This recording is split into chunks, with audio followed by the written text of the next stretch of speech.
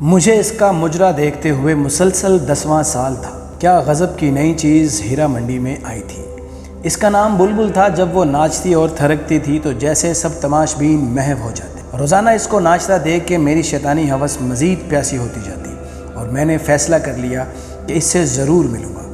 میں ہر قیمت پر اسے حاصل کرنا چاہتا تھا۔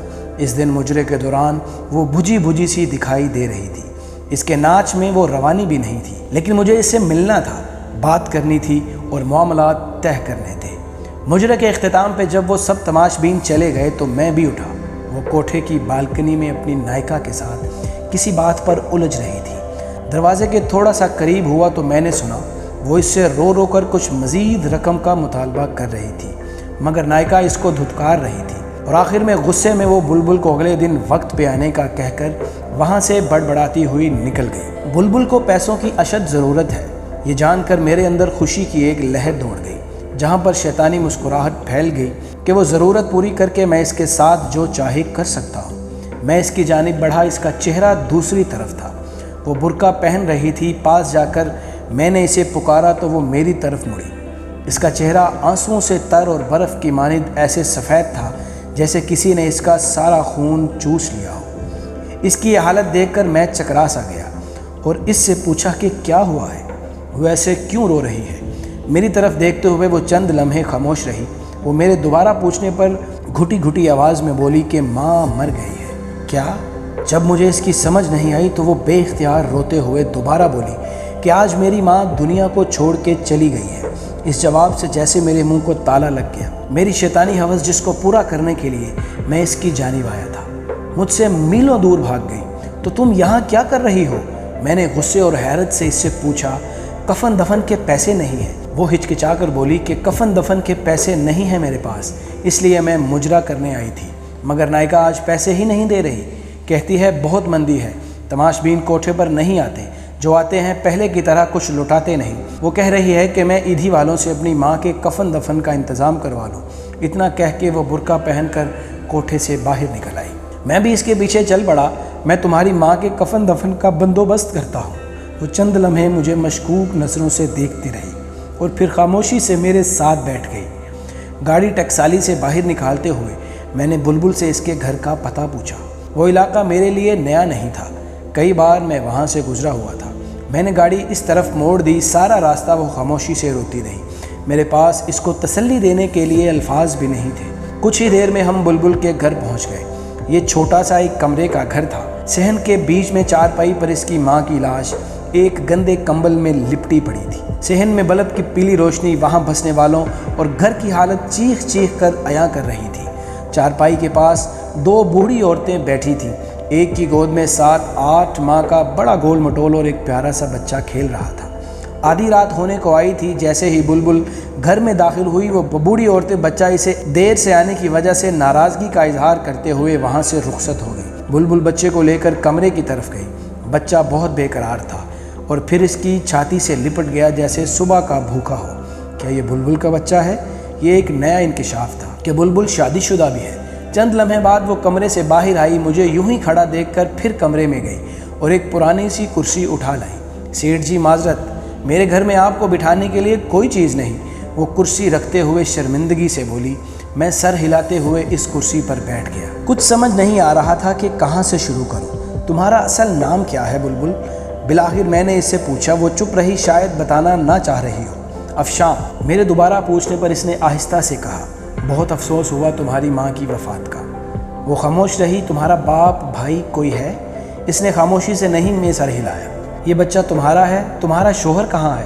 چند لمحوں بعد وہ بولی چھوڑ گیا۔ تم ہیرا منڈی کیسے گئی؟ تم مجھے ناچنے گانے والی تو نہیں لگتی۔ اب وہ نظریں اٹھا کر مجھے دیکھتی ہوئی بولی سیٹھ جی قسمت وہاں لے گئی۔ گھر میں کوئی مرد نہیں تھا، ایک بیمار ماں اور بچے کی ذمہ داری تھی۔ کہیں اور کام نہیں ملا تو نہ چاہتے ہوئے بھی مجبوراً یہ راستہ اختیار کرنا پڑا۔ کچھ عرصے تک نائکا نے ناچ گانا سکھایا، پھر دھندے پر بھیج دیا۔ وہ مجھے مجرا کرنے کے لیے روزانہ 200 روپے دیتی ہے اور ساتھ میں تماش بینوں کا بچا کھچا کھانا جو میں گھر میں لا کے اپنی ماں کو کھلاتی ہوں اور خود بھی کھاتی ہوں۔ برقعے میں آتی جاتی ہوں جس سے محلے میں کسی کو پتہ نہیں چلتا، اور ایک بھرم قائم ہے۔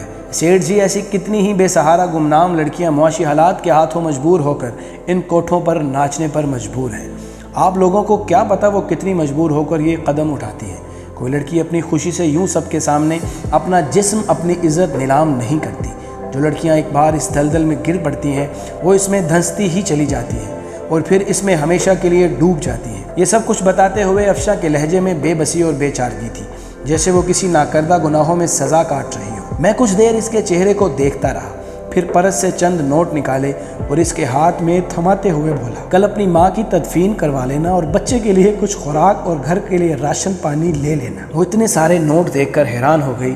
میں نے اس کو یوں چپ دیکھتے ہوئے پوچھا، سیٹھ جی مجھے ان روپوں کے بدلے کیا کرنا ہوگا؟ وہ ڈرتے ڈرتے پوچھ رہی تھی، شاید یہ سوچ رہی تھی کہ ان نوٹوں کے بدلے سیٹھ پتہ نہیں کب تک اس کا جسم نوچے گا، کب تک اس کو سیٹھ کی رکھیل بن کر رہنا پڑے گا۔ اس کی بات سن کر مجھے اپنے آپ سے اتنی نفرت ہوئی کہ میں خواہش کرنے لگا کہ زمین پھٹ جائے اور میں اس میں سما جاؤں۔ مجھے احساس ہوا کہ میں ذلت اور کردار کی پستی کو آخر حد تک چھو رہا تھا۔ میں اس بے حس معاشرے میں ایک تنہا اور بے سہارا لڑکی کی مدد کر رہا تھا، مگر وہ اس کو بھی ایک ڈیل کے طور پر سمجھ رہی تھی۔ شاید جہاں سے میں اٹھ کر آیا وہاں پر جانے والے لوگوں سے بغیر کسی وجہ کے مدد کی توقع نہیں کی جاتی۔ میں نے لرزتی آواز میں جواب دیا، تمہیں کچھ نہیں کرنا پڑے گا اور تم اب کوٹھے پر مجرا کرنے نہیں جاؤ گی، اپنے گھر میں رہو گی، ہر مہینے تمہیں منی آرڈر مل جایا کرے گا۔ تم نے بس یہ کرنا ہے کہ جو بچہ تمہاری گود میں ہے اس کی تربیت کرو، یہ ایک دن بڑا ہو کر تمہارا سہارا بنے گا۔ یہ جو رقم میں بھجواؤں گا تم پر قرض ہے، جب تمہارا بیٹا جوان ہو جائے، ایک قابل انسان بن جائے تو مجھے واپس کر دینا۔ افشاں حیران پریشان کھڑی مجھے دیکھ رہی تھی۔ اس انسان کو جس کے سامنے ابھی وہ ناچ کر آئی تھی وہ اس سے ایسی باتیں کر رہا تھا۔ پھر بے آواز رو پڑی۔ مجھ سے وہاں رکا نہیں گیا۔ میں نے افشاں کے گھر کا پتہ لیا اور اس کو اپنا کیا وعدہ یاد دلا کر وہاں سے رخصت ہو گیا۔ سارے راستے میں یہی سوچتا رہا کہ مجھے تم سے کچھ نہیں چاہیے، مجھے تم سے کچھ نہیں چاہیے۔ افشاں جو تم نے مجھے دیا ہے میں اس کا احسان ساری عمر نہیں اتار پاؤں گا۔ تم نے مجھ میں دفن انسانیت کو جگا دیا جو میں نے دولت اور شیطانی ہوس کے نیچے دبا کر مار چکا تھا۔ تم نے مجھے پھر سے انسان بنایا۔ اس واقعے کے بعد ان تمام برے کاموں سے توبہ کر کے اللہ کی بارگاہ میں گناہوں کا بوجھ لیے حاضر ہوا۔ ہر روز اس کے سامنے اپنی گناہوں کا اعتراف کرتا، اس سے معافی کی درخواست کرتا۔ میں باقاعدگی سے ہر ماہ افشاں کو منی آرڈر بھجواتا رہا۔ کئی دفعہ دل کیا کہ میں اس مسیحا کو مل کر آؤں جس کی وجہ سے مجھے ان تمام گناہوں اور بدکاریوں سے نجات ملی، مگر ہر دفعہ ایک شرمندگی آڑے آتی رہی۔ کبھی میں اپنی شیطانی ہوس کے لیے اس کا پیاسا تھا اور پھر وقت گزرتا چلا گیا۔ دن مہینوں میں بدلنے لگے اور مہینے سالوں میں تبدیل ہوتے گئے، مگر میں افشاں کو بھولا نہیں تھا۔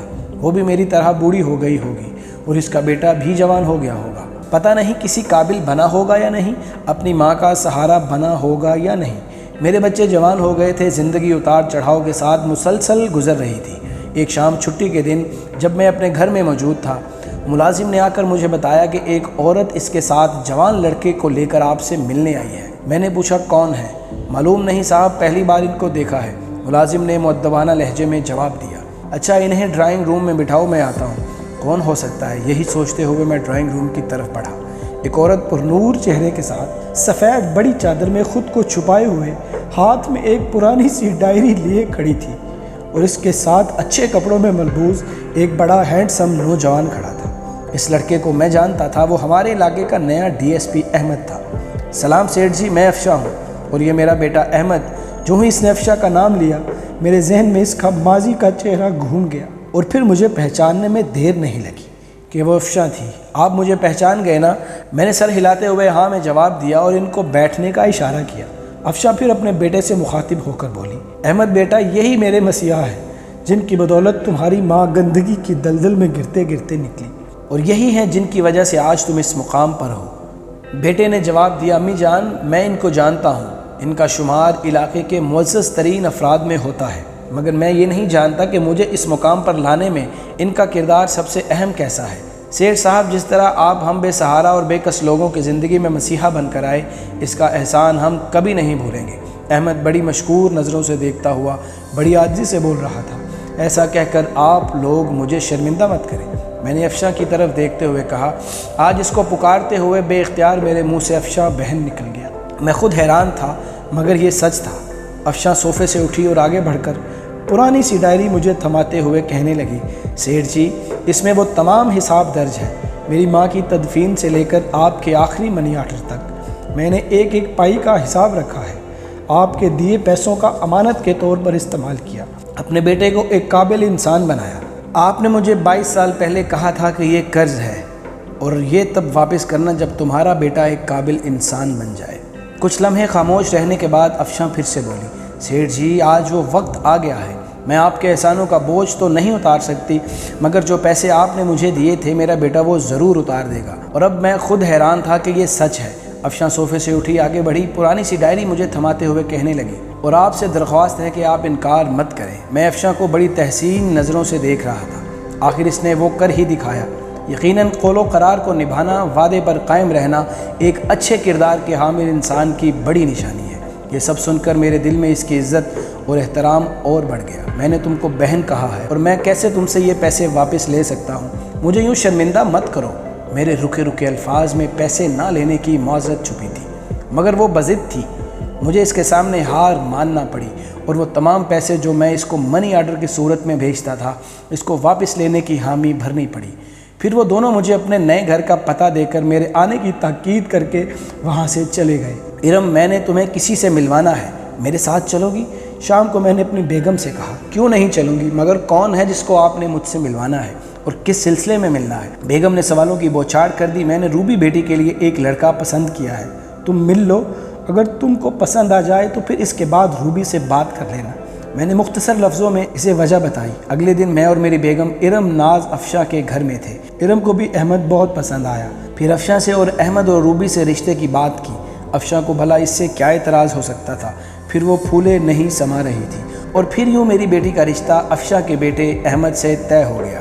وہ تعلق جو ایک طوائف اور تماش بین جیسے گندے رشتے سے شروع ہوا تھا، اس کا اختتام ایک نہایت مہذب رشتے کی صورت میں طے ہوا۔ یہ سچ ہے کہ انسان کو قدرت سدھرنے کا ایک موقع ضرور دیتی ہے۔ کبھی گندگی کے ڈھیر سے اس کو ایسا سبق سکھا دیتی ہے، کبھی وہ دو بھٹکے لوگوں کو ملا کر سیدھے راستے پر لے آتی ہے، اور انسان ساری زندگی اس کے مطابق زندگی گزارنے پر فخر محسوس کرتا ہے۔ کبھی وہ طوائف اور میں تماش بین تھا، مگر آج وہ میرے منہ بولی بہن اور اس کا بیٹا میری بیٹی کا شوہر ہے، اور مجھے ان دونوں رشتوں پر فخر ہے۔ تو جی ناظرین، آپ کو آج کی سٹوری کیسی لگی؟